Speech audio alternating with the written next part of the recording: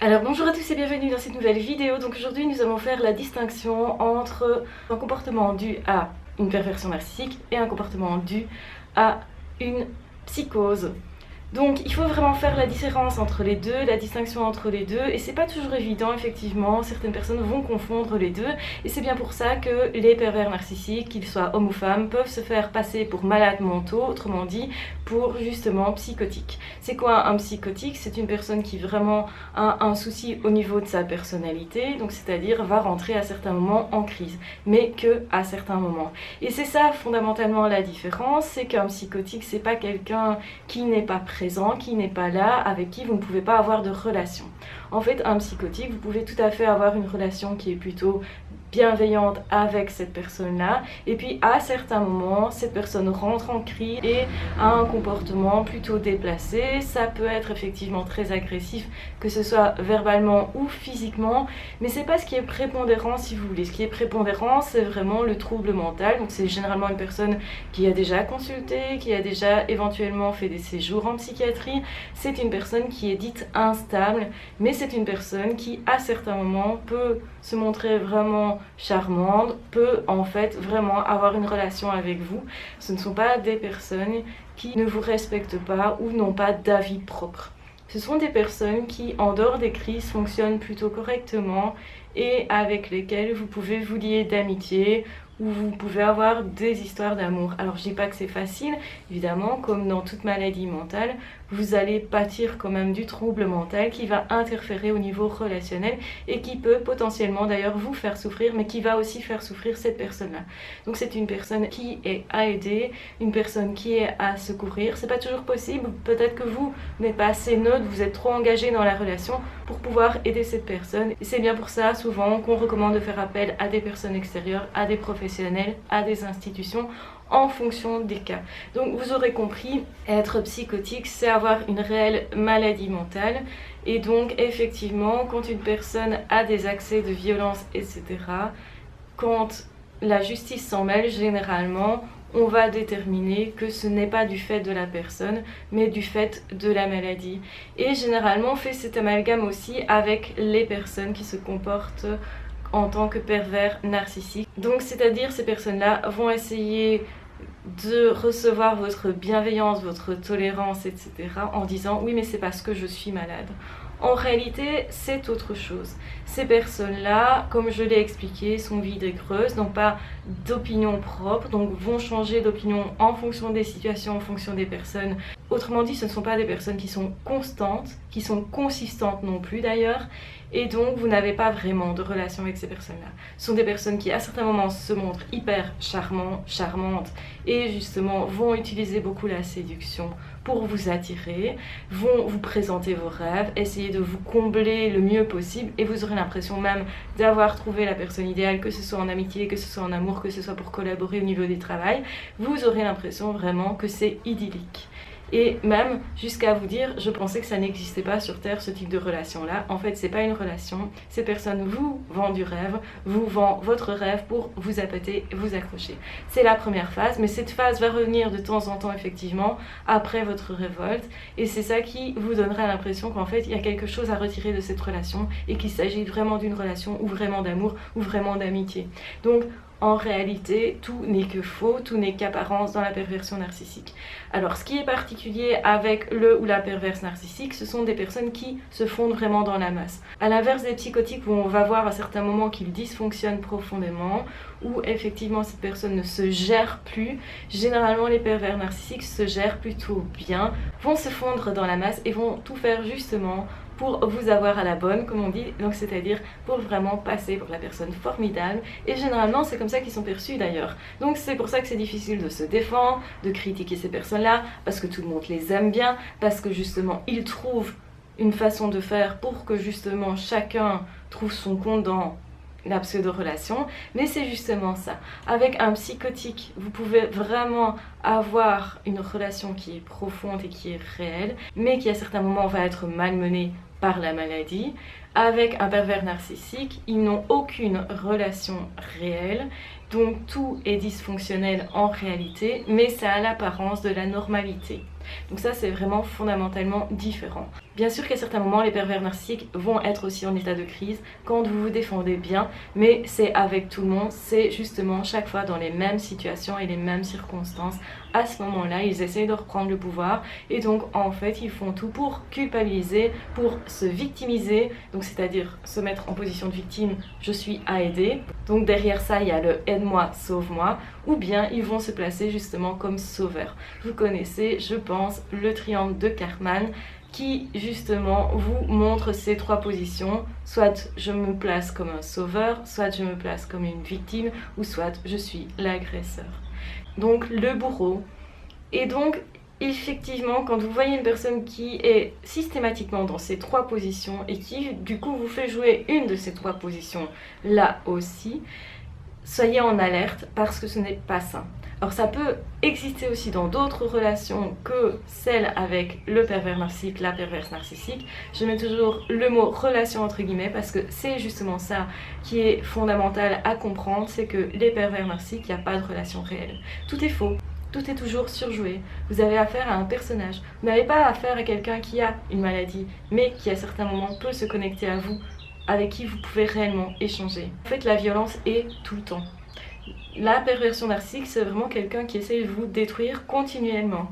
Alors effectivement, il y a des phases de séduction, des phases où vous aurez l'impression que cette personne est gentille et délicate et attentionnée, mais c'est trop, tout est trop et surjoué. Et vous sentirez que c'est faux quelque part, qu'avec les psychotiques, vous ressentez pas ça.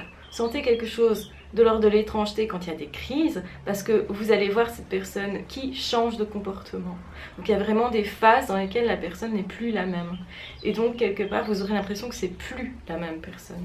Avec les pervers narcissiques, c'est pas du tout ça. Vous aurez l'impression d'enfin voir le vrai visage. Et c'est pas une impression, c'est la réalité. Parce que là, ça va coller. Et quand vous aurez compris le fonctionnement même de la perversion narcissique, tout va s'emboîter. En fait, tout ce que vous avez vécu, vous allez pouvoir le relire. Et c'est pour ça, généralement, qu'on y repense beaucoup à ce moment-là, quand on vient de comprendre, qu'on soit encore en relation ou qu'on ne soit plus en relation, il faut un certain temps pour tout relire, tout recomprendre.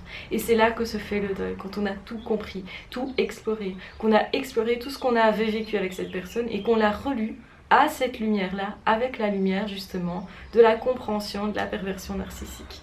Donc les accès de violence par exemple, que ce soit des mots dits ou des actes violents, vont être fondamentalement différents. Donc quand on a affaire à un pervers narcissique, on ne trouve pas une personne qui a essayé de se faire aider par un thérapeute. On ne trouve pas une personne qui a séjourné éventuellement en psychiatrie. Cette personne fait tout pour paraître normale, même devant le fait accompli que c'est anormal, qu'il mente, qu'il triche, etc. Ce sont des personnes qui contestent tout le temps, que en réalité, le psychotique, il ne se défend pas. Un psychotique qui a, entre guillemets, pété un câble, qui a été vraiment dans quelque chose de violent, que ce soit physiquement, que ce soit moralement, donc avec des verbes, avec des mots, etc. À ce moment-là, cette personne-là ne va pas cacher quelque part son crime, on va mettre le mot crime entre guillemets, mais vraiment, cette personne ne cache pas son crime, cette personne est consciente, elle va s'excuser réellement aussi. Elle est très en douleur par rapport à son trouble. C'est une personne qui peut se remettre en question, qui peut aussi regarder ça avec une certaine distance et se dire ok, j'ai pas eu un comportement normal, mais je sais pas faire autrement, j'ai pas su faire autrement, je m'en excuse, je vais me faire soigner, je vais me faire aider. Pas toujours, hein. Ces personnes-là peuvent aussi s'enfermer chez eux en se disant je sais pas comment faire, donc je vais me cloîtrer justement pour nuire à personne. Ce sont des personnes qui sont pas nécessairement négatives par rapport à l'autre. Je dis pas que c'est facile pour l'autre de vivre ça, parce que justement on a aussi un peu cette impression de chaud-froid, cette personne est sympa, normale et tout ça, mais elle est vraiment là, elle est vraiment normale, et puis tout d'un coup ça dysfonctionne. Et là vous avez face à vous une personne qui est dans une excitation, dans un délire, hein. Donc on a vraiment un délire, quelqu'un qui délire, donc qui vous dit des choses pas cohérentes, comme par exemple dans le cas de la schizophrénie où vous avez vraiment une déconnexion avec la réalité. Et justement, ça c'est fondamentalement différent. Les pervers narcissiques ils sont quand même toujours connectés à la réalité. Donc si vous voulez, ils savent toujours ce qui se fait ou pas, mais eux passent toujours pour l'oiseau blanc, ils ne se remettent pas en question, ils vont pas vous dire sincèrement pardon, sauf si c'est pour vous manipuler, parce que par exemple, ils savent que vous attendez ça, mais il n'y aura jamais d'acte réparateur. Que souvent chez les psychotiques, ils vont essayer de réparer quelque chose, donc c'est-à-dire qu'ils vont essayer de vous ménager d'une façon ou d'une autre, même si quand ils sont en crise, ils ne savent pas faire autrement.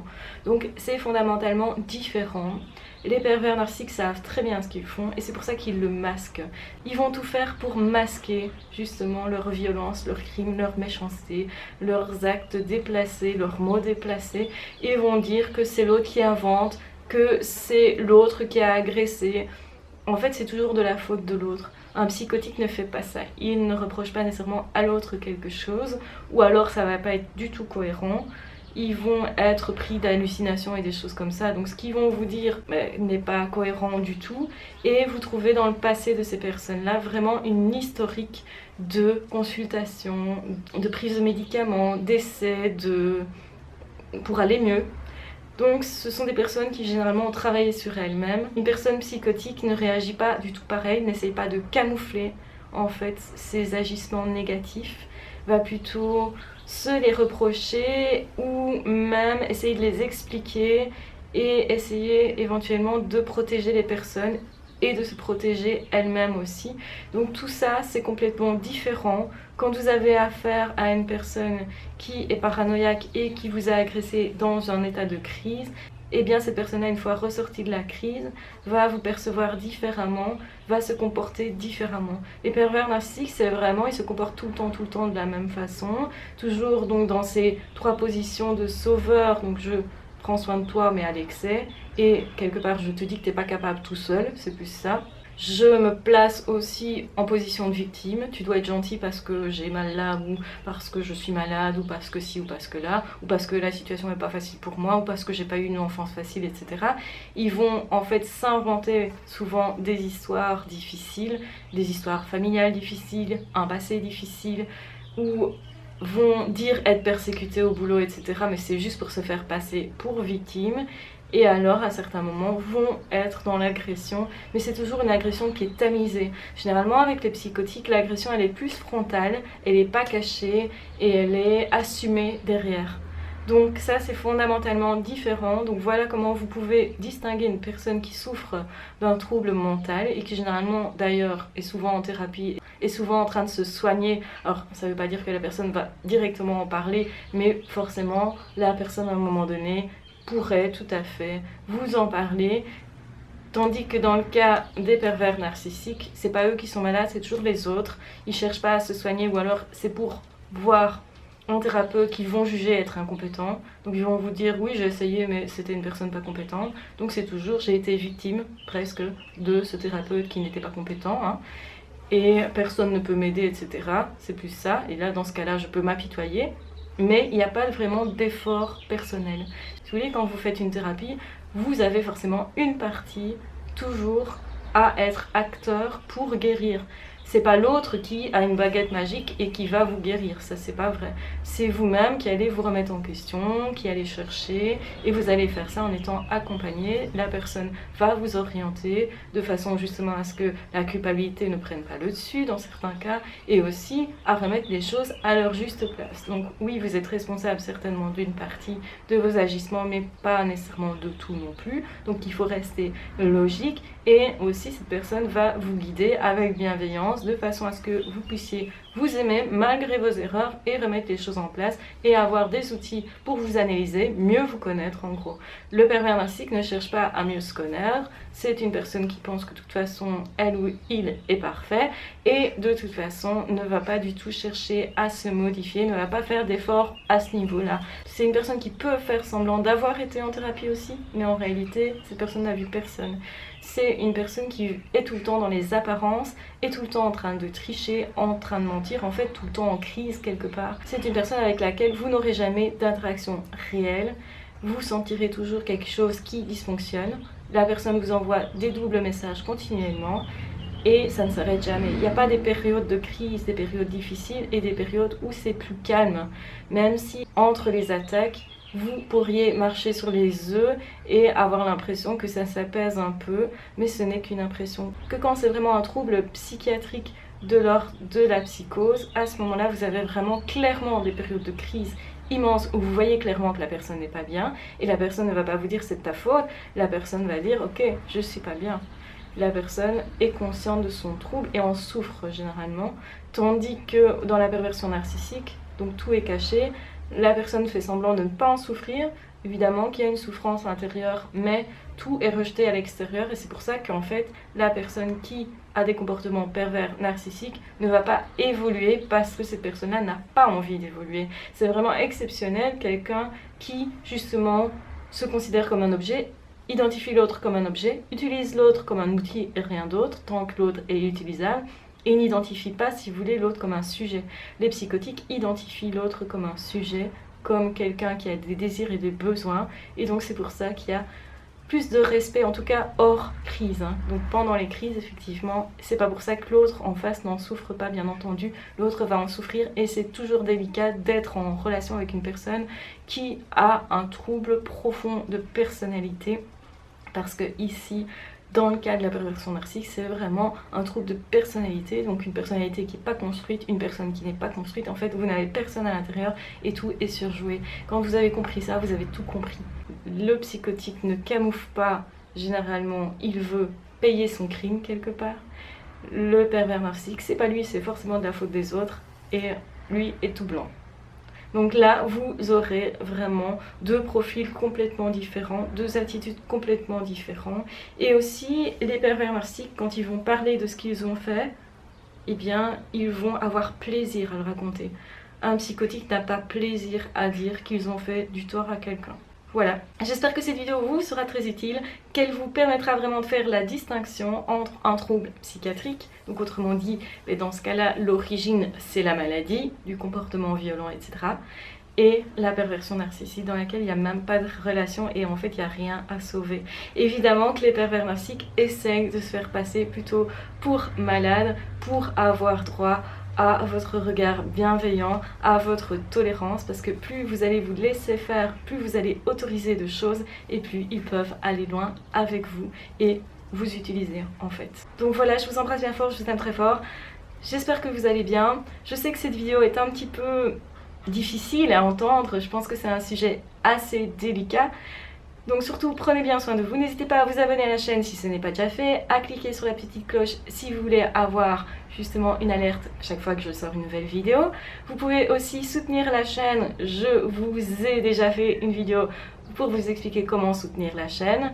Mais de toute façon, vous pouvez aussi commenter, liker, partager. C'est une façon aussi de soutenir la chaîne.